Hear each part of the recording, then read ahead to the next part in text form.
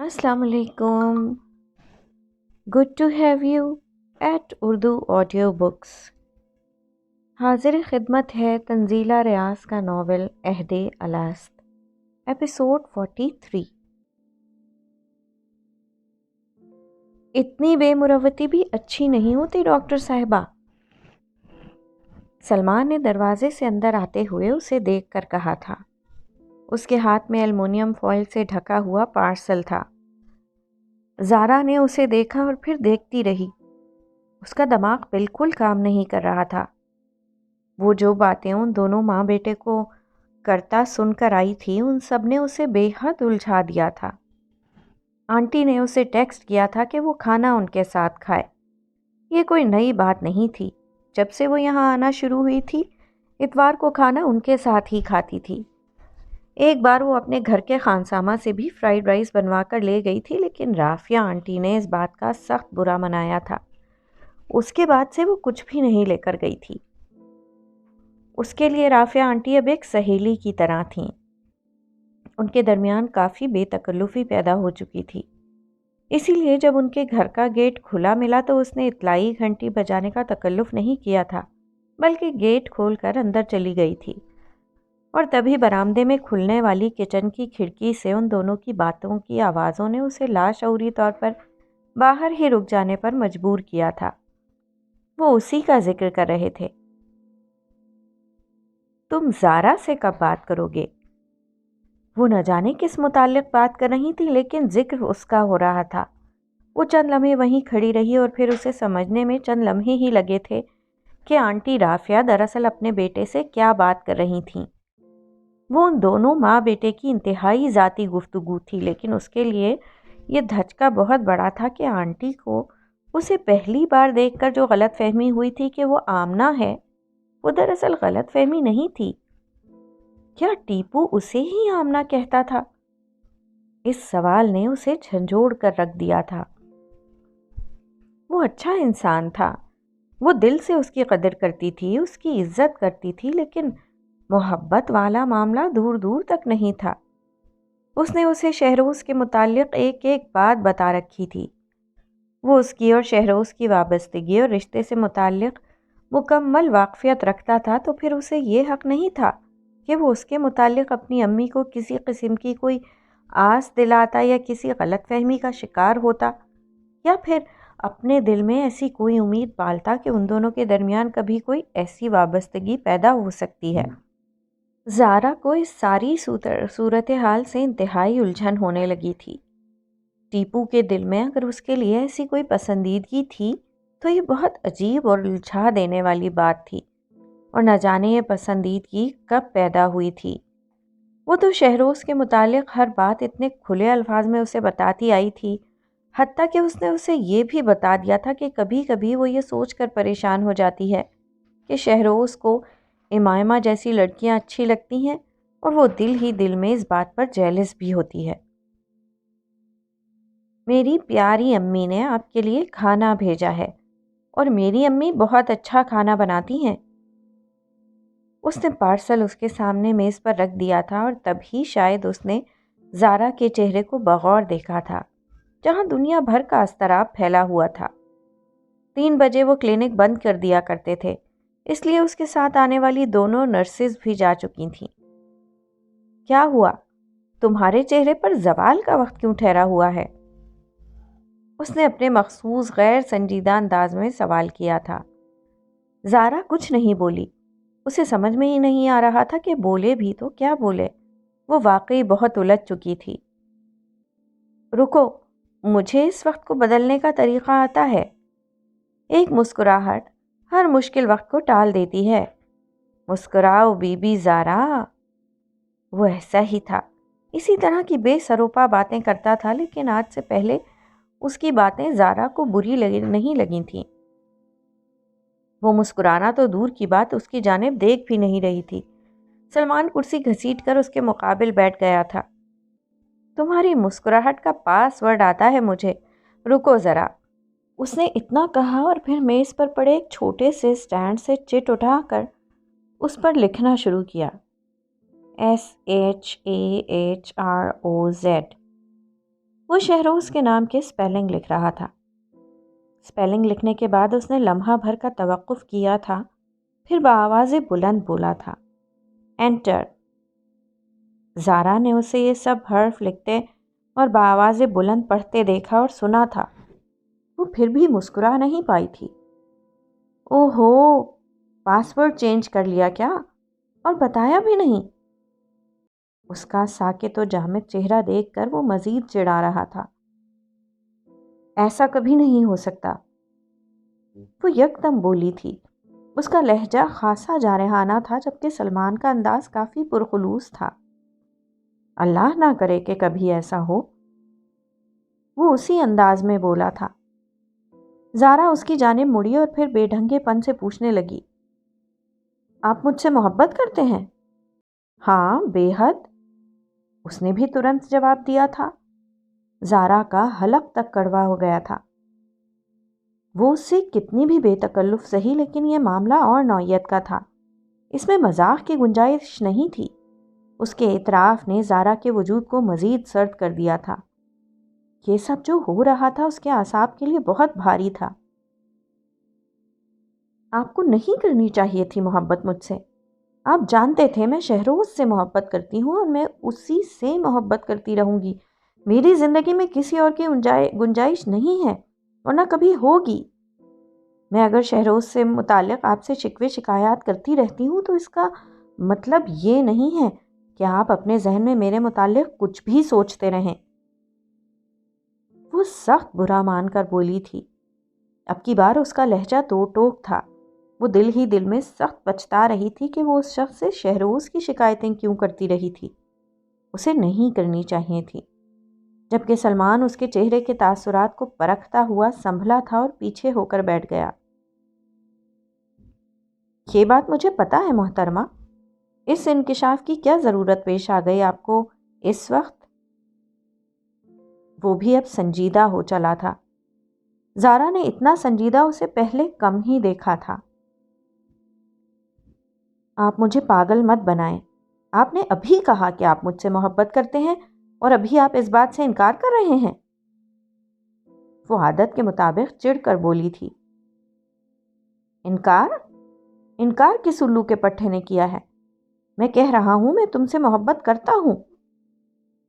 وہ اسی کے انداز میں بولا تھا اور پھر اس کے الجھے ہوئے انداز سے خود بھی الجھتا ہوا بولا، انسانوں کو پرکھنے میں جذباتیت کا شکار نہیں ہوتے زارا بی بی۔ مرد اگر بے تکلفی سے بات کرتا ہے تو یقین کرو یہ اس کی محبت نہیں ہوتی، یہ اس کی عادت بھی ہو سکتی ہے۔ اور میں تو فطرتاً محبت کرنے والا انسان ہوں۔ انسانوں سے محبت میری گھٹی میں ہے، محبت میری عادت ہے۔ یقین کرو میں عادتاً محبت کرتا ہوں، نہیں جانتا اچھا کیا ہے برا کیا ہے، لیکن میرے ماں باپ نے مجھے یہی سب سکھا کر پروان چڑھایا ہے کہ انسان سے محبت کرو، بے غرض بے لوث محبت ہماری خاندانی صفت ہے۔ نفع نقصان تو تجارت سے مشروط ہوتا ہے، ہمارے لیے محبت اس سے ذرا اوپر کی چیز رہی ہے۔ میرے لیے محبت ایک درویشی سا جذبہ ہے۔ ہم محبت کو غلاظت کی اینک لگا کر نہیں دیکھتے۔ وہ اسے بولنے کا موقع دیے بغیر اپنی طرف سے وضاحت دے رہا تھا۔ آپ یہ ثابت کرنا چاہتے ہیں کہ آپ فرشتہ ہیں، انسانوں سے بے غرض ہو کر محبت کرتے ہیں۔ وہ شرمندہ تو ہوئی مگر پھر بھی اس کے انداز سے مروب ہوئے بغیر بولی تھی۔ اب کی بار سلمان کو سخت برا لگا اور اس کے چہرے سے اس کی خفگی چھلکنے بھی لگی تھی۔ مجھے ایک بات بتاؤ، کیا فرشتے انسان سے محبت کرتے ہیں؟ کہیں پڑھ لیا ہے تم نے ایسا؟ کسی کتاب میں، کسی حکایت میں؟ فرشتے انسان سے محبت نہیں کرتے، فرشتے صرف اللہ سے محبت کرتے ہیں۔ اللہ محبت کرتا ہے انسانوں سے، اور میں اللہ کی خاطر اس کے انسانوں سے محبت کرتا ہوں۔ یہ میرے نبی صلی اللہ علیہ وآلہ وسلم کا طریق تھا اور میں بس اسی کو فالو کرتا ہوں۔ میں نے کہا نا، میں چرواہا ہوں۔ میں انسانوں کو ایک جگہ گلے میں متحد رکھنے کی کوشش کرتا ہوں، اور یہ کام محبت کے سوا کوئی دوسرا جذبہ نہیں کر سکتا۔ مجھ سے اس طرح بات کر کے مجھے میری نظر میں شرمندہ مت کرو۔ میری نیت اس کے سوا اور کچھ نہیں ہوتی، کبھی نہیں۔ مجھے نہیں پتا میرے کس انداز سے تمہیں میری نیت پر ایسا شک ہوا۔ وہ تنک تنک کر بول رہا تھا۔ زارا پر ٹھنڈے پانی کی بھری ہوئی بالٹی پڑنے والی صورتحال تھی۔ وہ چند لمحے سر جھکائے اپنی انگلیوں کو مروڑتی رہی۔ میں نے آپ کی اور آنٹی کی سب باتیں سنی۔ آمنہ والی آنٹی مجھے آمنہ سمجھتی ہیں۔ وہ شرمندہ تھی مگر اپنی غلطی کا برملا اعتراف کرنے سے بھی کترا رہی تھی۔ واہ رے زارا بی بی، آپ کی پھرتیاں لا حول ولا، یعنی کہ حد ہو گئی۔ ماں بیٹے کی گفتگو چھپ کر سنی اور بس سوچنے لگی الٹا سیدھا۔ متنفر ہونے سے پہلے تصدیق تو کر لیتا ہے انسان۔ وہ خفا تھا۔ آئی ایم سو سوری، لیکن آپ آنٹی کو آمنہ سے ملوا دینا، وہ مجھے آمنہ سمجھتی ہیں۔ شرمندگی اور خفت اس کے الفاظ پر بھی غالب تھی۔ امی کی بات مت کرو، یہ بات ان سے چھپی ہوئی ہو سکتی ہے کہ تم انگیجڈ ہو، لیکن میں تو جانتا ہوں۔ وہ جھنجھلایا ہوا بول رہا تھا۔ میں نے کبھی کسی سے نہیں چھپایا، یہ بات تو میں نے آپ کو سب سے پہلے بتائی تھی، زارا نے عجلت بھرے انداز میں کہا تھا۔ سلمان نے اس کی جانب دیکھا اور پھر ناک چڑھا کر بولا، ایکسکیوز می، آپ کے بتانے سے بھی بہت پہلے میں یہ بات جانتا تھا محترمہ۔ وہ رکا اور پھر جتانے والے انداز میں بولا، میں بہت پہلے سے جانتا تھا کہ تم اور شہروز منور انگیجڈ ہو۔ آپ شہروز کو پہلے سے جانتے تھے؟ آپ نے مجھے نہیں بتایا۔ کیسے جانتے تھے آپ شہروز کو؟ وہ اس کی بات کاٹ کر بولی۔ سلمان کے منہ سے شہروز کا سر نیم سن کر وہ مزید حیران ہوئی تھی۔ اس نے اس کا مکمل نام کبھی نہیں بتایا تھا۔ ہماری ایک دلچسپی مشترک ہے، سلمان نے اگلا تھا۔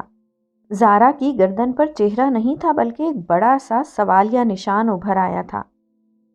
معاف کیجیے گا، وہ آپ نہیں ہیں، اس لیے کسی خوش فہمی کا شکار ہونے کی ضرورت بھی نہیں ہے، اس نے جتا کر کہا اور پھر کچھ سوچتے ہوئے بولا، عہد الست۔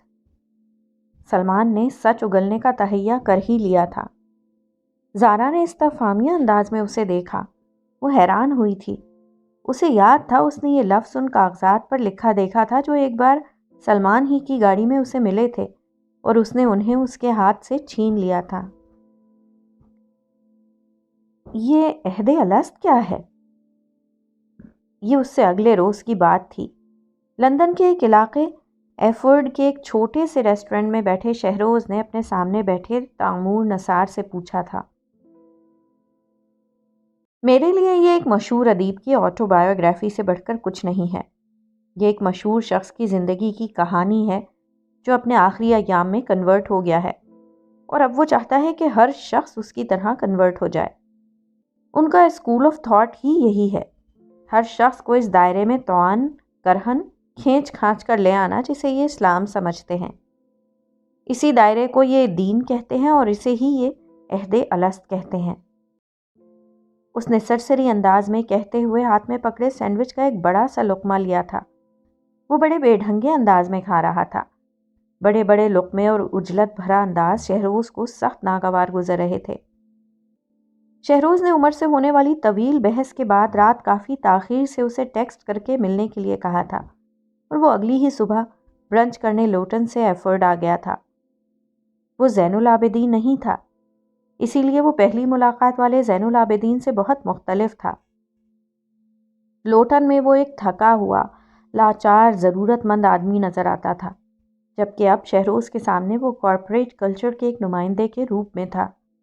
اس کا تعلق ترکی سے تھا اور وہ چند ایک چھوٹی موٹی جاب کے علاوہ ایک برطانوی شخص کے پاس فارسی مترجم کے طور پر کام کر رہا تھا۔ زبانوں پر اس کا عبور قابل رشک تھا۔ وہ ترکی، فارسی، ہندی اور عربی کے علاوہ فرینچ بھی بول سکتا تھا، لیکن اس کی اصل جاب وہی تھی جو شہروز کی تھی۔ وہ مختلف بین الاقوامی چینلز کے علاوہ آف بن سلمان کے لیے بھی کام کرتا تھا اور فری لانس کرتا تھا۔ بنیادی طور پر وہ ایک فوٹوگرافر تھا اور اسی لیے وہ بھی اس ڈاکیومنٹری کا حصہ تھا۔ اس کے ساتھ چند منٹ گزار کر ہی شہروز مایوس ہوا تھا۔ اسے اندازہ ہو گیا تھا کہ اس شخص کی واحد خصوصیت اس کی مختلف زبانیں بولنے کی صلاحیت ہے، ورنہ اس میں کوئی خاص بات نہیں تھی۔ وہ جس ریسٹورنٹ میں بیٹھے تھے وہ چھوٹا سا کیفیٹیریا ٹائپ کینٹین جیسا تھا۔ جہاں اکا دکا سفید فام ٹین ایجر طالب علم ہی نظر آ رہے تھے۔ تامور نے خود ہی اس سے اردو میں بات شروع کی تھی، سو وہ بھی اردو میں ہی اس سے بات کرنے لگا تھا۔ میں نور محمد صاحب کے ساتھ کافی مہینوں سے رہ رہا ہوں، اچھے انسان ہیں، اس سے بھی زیادہ اچھے رائٹر ہیں۔ قدرت نے انہیں الفاظ پر بے پناہ مہارت عطا کی ہے، الفاظ کی بنیاد پر ہی دوسروں کی سوچ تک بدل کر رکھ سکتے ہیں۔ وہ اپنے اسی ہنر کا سہارا لے کر مسلم دنیا میں اپنی جگہ بنانا چاہتے ہیں۔ نئے نئے کنورٹ ہوئے ہیں، اس لیے جوش بھی زیادہ ہے۔ میں نہیں کہتا کہ ان کی نیت میں کوئی کھوٹ ہے یا وہ کوئی ڈبل گیم کھیل رہے ہیں، نہیں، وہ ایسے انسان ہی نہیں ہیں۔ اپنے کام سے کام رکھتے ہیں، ٹوہ لینے کی کوشش بھی نہیں کرتے۔ میں نے ایک بار اپنے متعلق جو کہانی سنا دی کہ میں مجبور غریب انسان ہوں جس کے پاس رہائش نہیں ہے، جس کا تعلق ایک غریب ملک سے ہے، جس کا خاندان بہت بڑا ہے، اسی پر یقین کر کے بیٹھے ہیں۔ کبھی بلا وجہ کے سوالات نہیں کرتے، کمرے کی یا میری چیزوں کی چیکنگ نہیں کرتے، مالی مدد بھی کرتے رہتے ہیں۔ ان میں وہ تمام خوبیاں ہیں جو ایک اچھے انسان میں ہونی چاہیے، اس لیے میں انہیں دل سے پسند کرتا ہوں۔ میرا ان سے کوئی ذاتی اختلاف نہیں ہے۔ وہ اپنی دھن میں مگن مسلسل بول رہا تھا۔ شہروز کو اس کی وضاحت سے کوئی غرض نہیں تھی۔ ہمارے درمیان اختلاف کا بس ایک ہی پہلو ہے، وہ ہر شخص کو ریڈیکلائز کرنے کی کوشش کر رہے ہیں۔ ان کا بس نہیں چلتا کہ سب کی داڑھیاں رکھوا کر سر پہ عمامے بندھوا دیں اور انہیں جہاد کے لیے بھیج دیں۔ عورتوں کو گھروں کی مخلوق قرار دے کر انہیں محصور کر کے ایسے رکھ دیں جیسے بالٹیاں باتھ روموں میں رکھی جاتی ہیں، یعنی اگر ڈرائنگ روم میں یا گھر کے کسی دوسرے حصے میں نظر آئیں تو آڈ لگیں گی، نامناسب، تحقیر آمیز۔ میں اس سوچ سے چڑھتا ہوں۔ وہ مقام جب شہروز اسے بائے کہہ کر اٹھنا چاہتا تھا، اس نے بلاخر ایک کام کی بات کہہ ڈالی۔ شہروز نے ہنکارا بھرا۔ کیا واقعی ان کی سوچ اس قدر ریڈیکلائزڈ ہے؟ اس نے کرسی کی پشت سے ٹیک لگائی تھی۔ اسے تامور کی ہر بات سے اتفاق نہیں تھا۔ اس کا ذاتی خیال تھا کہ نور محمد کنورٹ ہونے کے باوجود ابھی بھی کوئی ڈبل گیم کھیل رہے ہیں، اس سے بھی بڑھ کر۔ لیکن ان کی غلطی نہیں ہے۔ انہوں نے اسلام کی جو شکل دیکھی ہے وہ ایسی ہی ہے۔ وہ تبلیغیوں کے ہتھے چڑھ گئے ہیں، ایسے لوگ جو اسلام کو پابندیوں کا مذہب سمجھتے ہیں۔ تنگ نظری ان کی سوچ ہی نہیں، خون میں بھی رچی بسی ہوئی ہے۔ میوزک، الکوہل، عورت، لباس، حرام، حلال، ان کے یہاں ہر معاملہ تنگ نظری کا شکار ہے، اور وہ یہ بات نہیں سمجھتے کہ یہ سب چیزیں کلچرل ویلیوز ہیں۔ ان کا تعلق مذہب سے ہے اور نہ ہی ہو سکتا ہے۔ مذہب اسلام سے تو قطع نہیں ہو سکتا۔ میں الحمدللہ مسلمان ہوں، میرے ماں باپ مسلمان ہیں۔ میرا ماننا ہے کہ اسلام جیسا جدید مذہب کوئی نہیں۔ یہاں تنگ نظری نہیں ہے، یہاں ہر معاملے میں لچک ہے۔ دواؤں میں ایک عنصر کے طور پر علاج کی غرض سے الکوہل استعمال کی جا رہی ہو تو اس میں کوئی مذائقہ نہیں ہے۔ مسلمان مرد اہل کتاب غیر اسلامی عورت سے شادی بھی کر سکتا ہے۔ موسیقی بھی اگر طبیعت میں ہیجان پیدا نہیں کر سکتی تو اسے سننے میں کوئی حرج نہیں ہے۔ عورت اگر سر نہیں ڈھکتی مگر مہذب لباس میں ہے تو پھر اس کو ٹوکنے کا کوئی جواز نہیں بنتا۔ عورت مجسم خوبصورتی ہے، اور خوبصورتی کو قید کر کے رکھنا ظلم کے مترادف ہے۔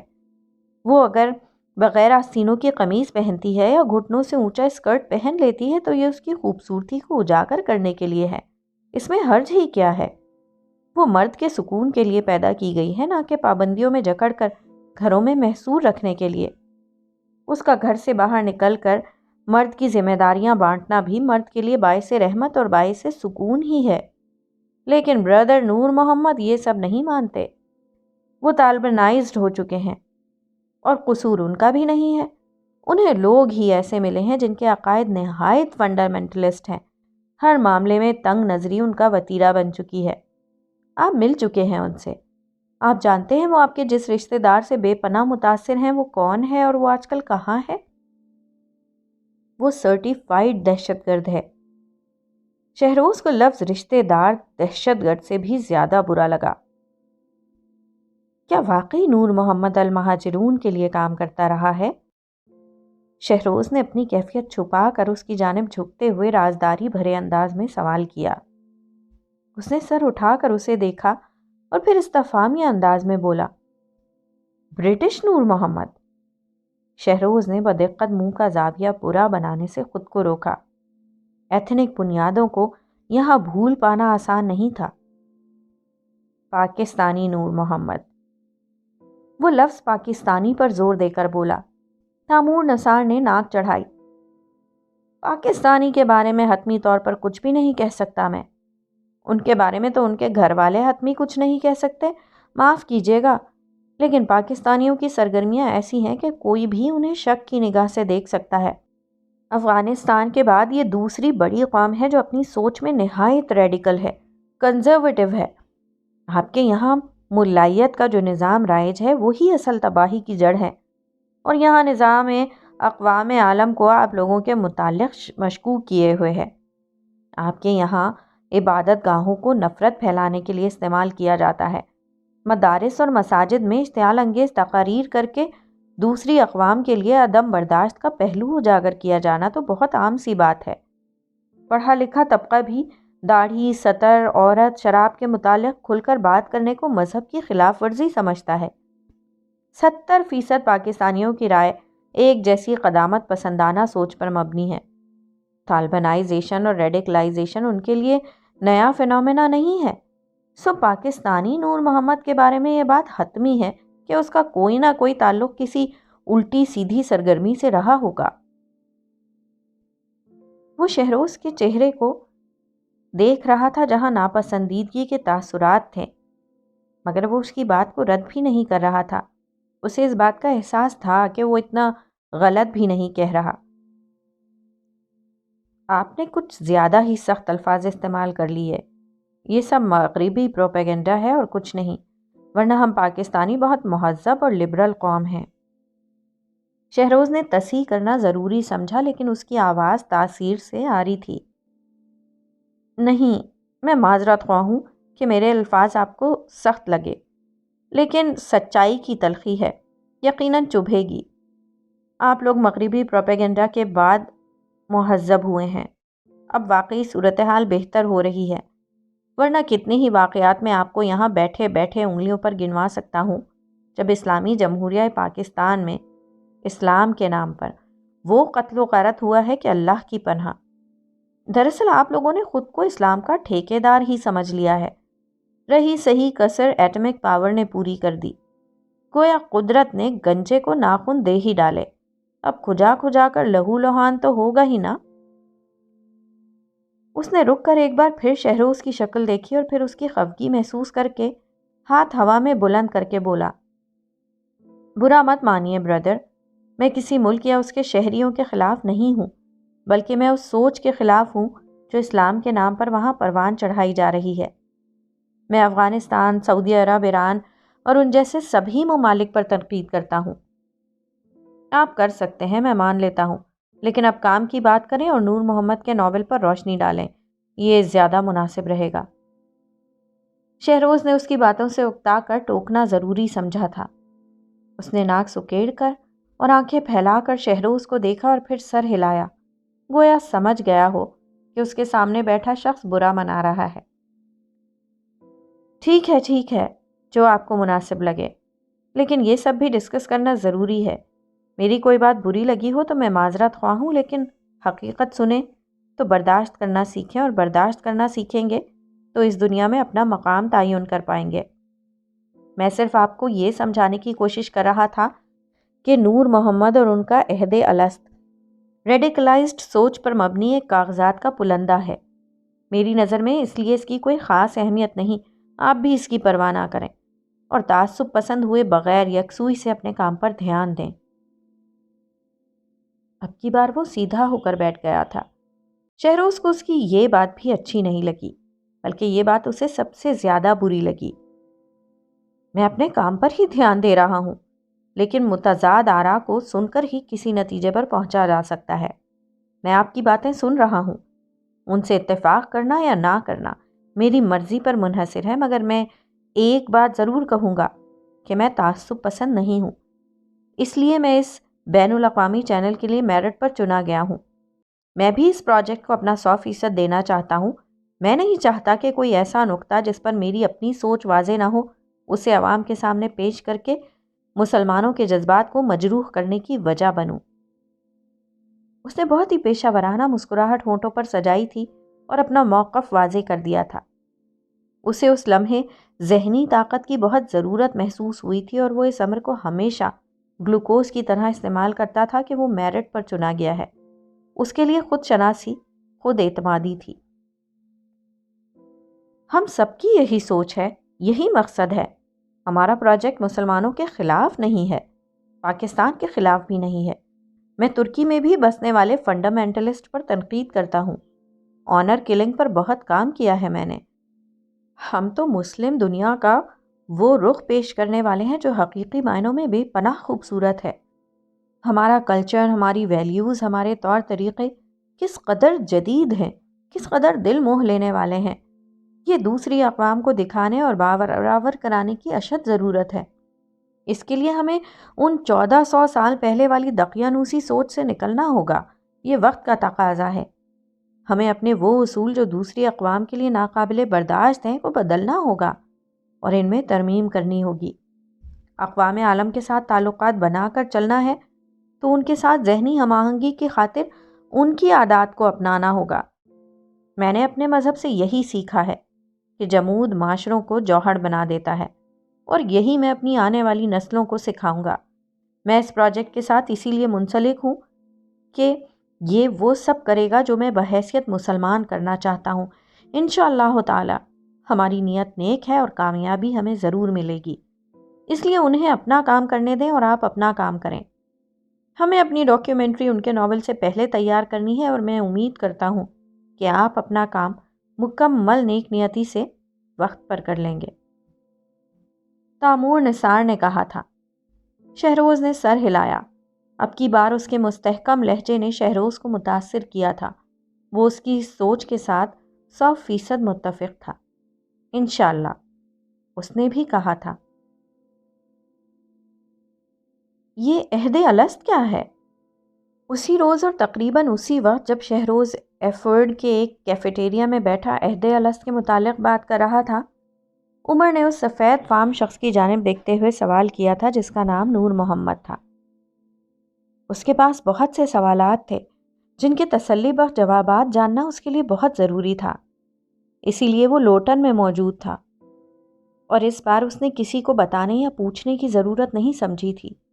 اس نے اپنے باس سے 3 گھنٹے کا بریک لیا تھا اور پھر یہاں آ گیا تھا۔ اسے کل رات ہونے والی ایک لمبی بحث نے سمجھا دیا تھا کہ وہ اگر اس سمندر میں کودے گا تو اکیلا ہی کودے گا، کوئی اس کا ساتھ نہیں دے گا، اور وہ فیصلہ کر چکا تھا کہ وہ کود کر ہی دم لے گا۔ یہی اس کی طبیعت کا وہ رنگ تھا جس کی بنا پر وہ سارے خاندان میں جذباتی مشہور تھا۔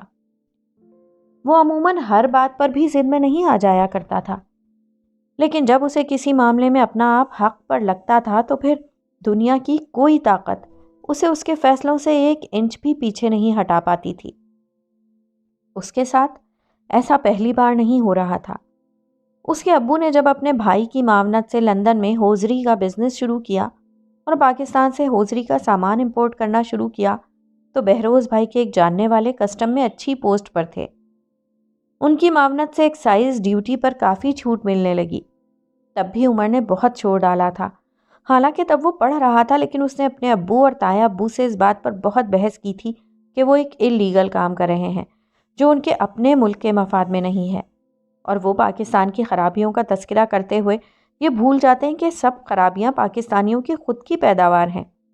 تب بھی اسی طرح وہ ایک طرف رہ گیا تھا اور باقی سارا خاندان اسے جذباتی قرار دیتے ہوئے ایک طرف ہو گیا تھا۔ پھر جب اس کی بہن صبا کی شادی ہائی اسکول کے بعد ہی طے کر دی گئی، تب بھی اس نے خوب واویلا مچا کر اپنے ابو کی ناراضگی مول لی تھی اور اسے اسی طرح کی صورتحال کا سامنا کرنا پڑا تھا۔ اس نے انہیں واضح لفظوں میں کہا تھا کہ وہ صبا کی خواہش کے باوجود اسے مزید پڑھنے کی اجازت صرف اس لیے نہیں دے رہے کہ وہ ڈرتے ہیں کہ کہیں ان کی بیٹی اپنی مرضی سے شادی نہ کر لے۔ انہیں اللہ سے زیادہ لندن کے آزاد ماحول سے خوف آتا ہے، اور اگر انہیں اتنے ہی خدشات ستاتے ہیں تو وہ پاکستان کیوں نہیں چلے جاتے؟ اس طرح کی صورتحال میں اسے ہمیشہ اپنے والدین کے دوغلے پن سے الجھن ہوتی تھی اور وہ واقعی جذباتیت کا شکار ہو جایا کرتا تھا۔ سو اب بھی وہ اکیلا تھا، تنہا تھا، لیکن حق پر تھا۔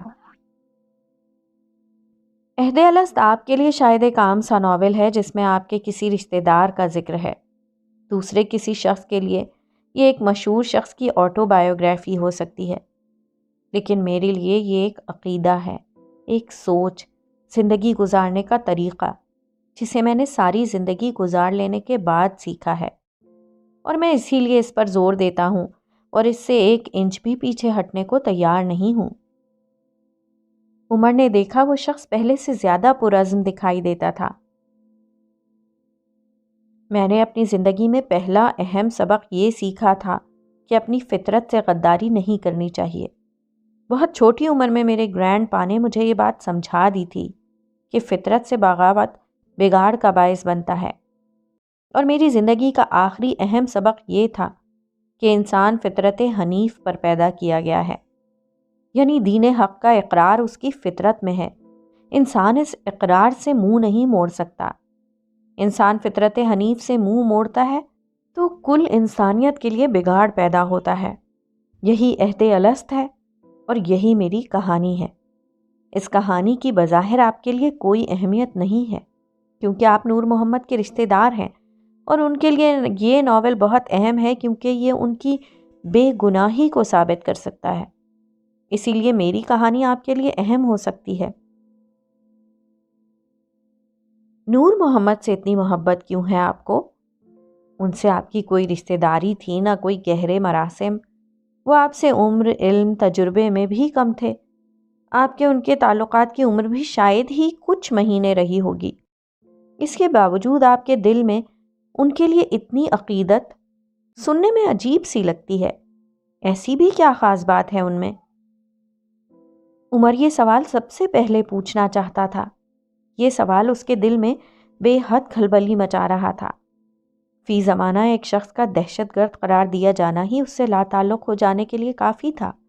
وہ امامہ کا رویہ ہی دیکھ کر حیران رہ گیا تھا کہ اپنے بھائی کے لیے اتنا بے چین رہنے والی امامہ اب یکدم اس کے ویئر اباؤٹس کے تعلق جان کر کیسے نیوٹرل ہو کر ایک طرف بیٹھ گئی تھی۔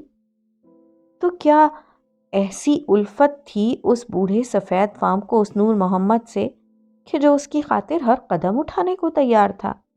وہ کون سا جذبہ تھا جو اس سارے عمل کے پیچھے کار فرما تھا؟ انہوں نے اپنی آنکھوں کو مسلا اور پھر جیسے کچھ یاد کرنے کی کوشش کی۔ یہ سوال پہلے بھی کسی نے پوچھا تھا اور اسی انداز میں پوچھا تھا۔ آپ لوگ اس بات پر حیران ہوتے ہیں کہ نور محمد ہی کیوں، اور میں یہ پوچھتا ہوں کہ نور محمد کیوں نہیں؟ وہ اگرچہ ایک عام سا انسان ہی ہے، لیکن خاص ہونے سے پہلے ہر انسان عام ہی ہوا کرتا ہے۔ بظاہر دنیاوی لحاظ سے ان میں کوئی خوبی نہیں ہے۔ آپ لوگ کیا سمجھتے ہیں کہ آیا وہ پھونک مار کر ٹوپی میں سے خرگوش نکال سکتے تھے، یا آبرا کا ڈابرا قسم کا کوئی منتر پڑھ کر انسان غائب کر سکتے تھے؟ ایسا کچھ نہیں ہے میرے دوست۔ مجھے اس کا تقویٰ پسند ہے۔ کیا ہمارے پیارے نبی صلی اللہ علیہ وآلہ وسلم کا پڑھایا ہوا آخری سبق یہ نہیں ہے کہ تقویٰ کو ہی فضیلت حاصل ہے؟ کیا کسی انسان کو جانچنے کا اس سے اچھا کوئی اور پیمانہ ہو سکتا ہے یا ہونا چاہیے؟ وہ اس سے پوچھ رہے تھے اور عمر چپ کا چپ ہی رہا۔ اس کے پاس اتنا علم نہیں تھا کہ وہ ایسی باتوں کے جوابات فوراً دے پاتا۔ ہر عام مسلمان انسان کی طرح وہ تو خود کو ہی سب سے بڑا متقی سمجھتا تھا۔ اس کے لیے تو یہی سب سے بڑی خوبی تھی کہ اس نے کسی کا دل نہیں دکھایا تھا، کسی کا حق نہیں مارا تھا۔ وہ تو اس بات پر بھی اتراتا تھا کہ وہ نماز پڑھ لیتا ہے، روزے بھی رکھ لیتا ہے۔ اس کے لیے یہی فخر کم نہیں تھا کہ اس نے آزاد ماحول میں پرورش پانے کے باوجود وہاں کا رتی برابر اثر قبول نہیں کیا تھا۔ اس سے کوئی پوچھتا تو وہ کہتا کہ ہاں، میں ہی بہترین مسلمان ہوں، میرے دم سے آج تک کسی کو کوئی تکلیف نہیں ہوئی، میں اس سے زیادہ اور کر بھی کیا سکتا ہوں؟ نور محمد ایک متقی انسان ہے۔ اللہ کو متقی انسان سے بڑی محبت ہوتی ہے۔ میرے لیے بھی ان سے محبت کرنے کے لیے یہی خوبی کافی ہے۔ وہ ایک بار پھر خاموش ہوئے تھے۔ تقویٰ کیا ہے سر؟ عمر نے لاچار انداز میں سوال پوچھا تھا۔ اس کے سامنے بیٹھا شخص جو پہلی ملاقات میں ایک عام سا سفید فام بوڑھا تھا، اب یکدم ایک عالم بن گیا تھا۔ اس کے لفظوں میں تاثیر تھی جو دل پر وار کرتی تھی۔ عمر خود کو اس کے سحر میں جکڑا ہوا محسوس کرتا تھا۔ تقویٰ وہ سیڑھی ہے جو اکملیت کی طرف لے جاتی ہے۔ مجھے پتا ہے اب آپ پوچھیں گے کہ اکملیت کیا ہے۔ میں آپ کو اس سوال کا جواب بھی دوں گا۔ میری اہلیہ نے خودکشی کی تھی۔ میری دعا ہے کہ اللہ رب العزت اس کے ساتھ نرمی والا معاملہ روا رکھیں کہ اس کے الجھے ہوئے سوالات نے ہمیشہ مجھے سلجھی ہوئی راہ دکھائی۔ اس کی اپنی زندگی ایک سوال کے گرد گھومتی رہی، اکملیت کیا ہے؟ اس نے بہت تھرلنگ زندگی گزاری تھی، لیکن اسے جس چیز کی تلاش تھی وہ اسے تا زندگی نہ ملی۔ وہ کہا کرتی تھی کہ وہ لمحہ جب روح اور جسم ایک نقطے پر پہنچ جاتے ہیں تو ابدی سکون حاصل ہوتا ہے۔ اسے سکون کی تلاش تھی۔ وہ سمجھتی تھی کہ یہ سکون اسے تب ملے گا جب وہ ماں بن جائے گی۔ اس نے فرض کر لیا تھا کہ اولاد کا حصول ہی ماں کے لیے اکملیت ہے۔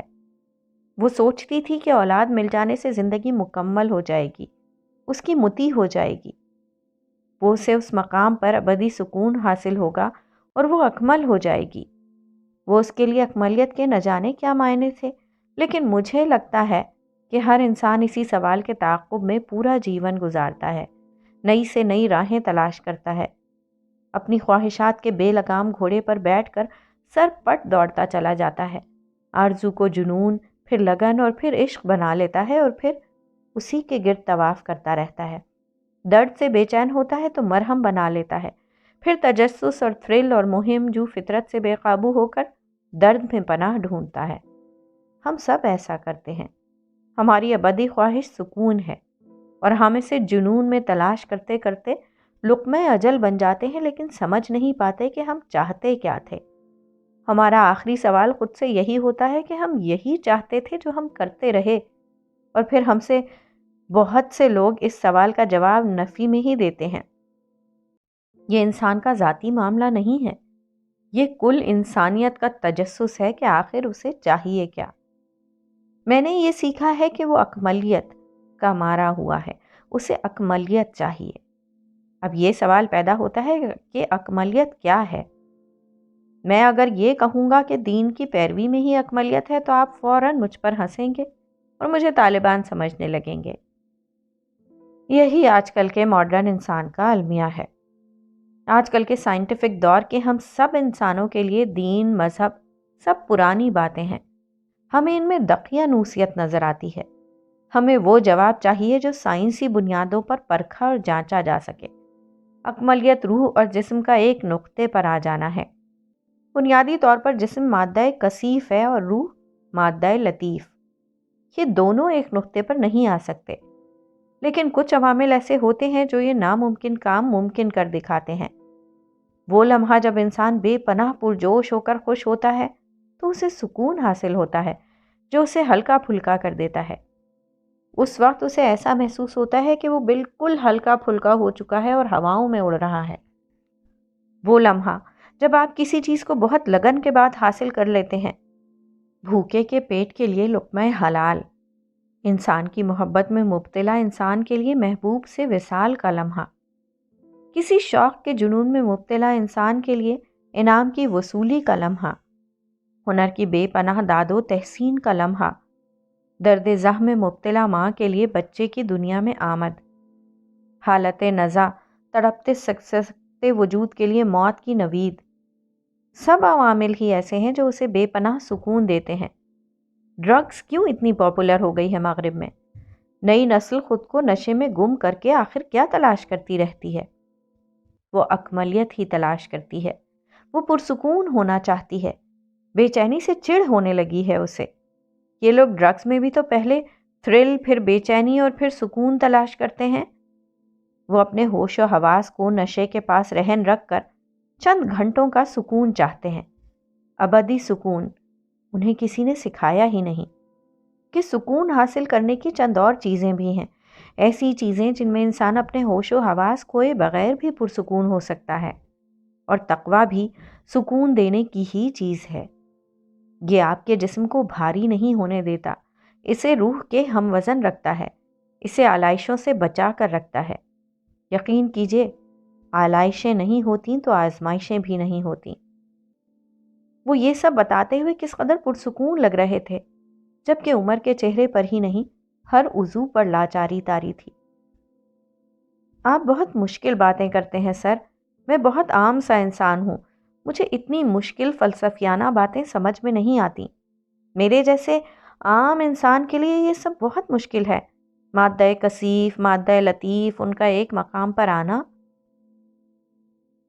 وہ اپنی کم عقلی کا اتنا کھلا اعتراف کرتے ہوئے ہچکچایا نہیں تھا۔ نور محمد مسکرائے تھے۔